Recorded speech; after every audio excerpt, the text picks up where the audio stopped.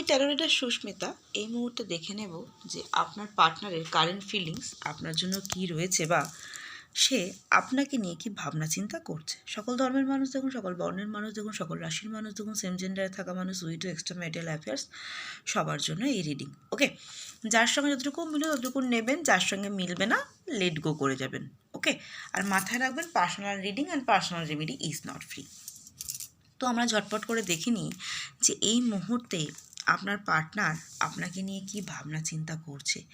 এই মুহূর্তে আপনার পার্টনার আপনার সাথে ফোন কন্ট্যাক্ট বা ফোনে মেসেজ কল করার বা কথা বলার কথা ভাবছে। ওকে, কারণ এই মুহূর্তে সে একাকিত্ব ফিল করছে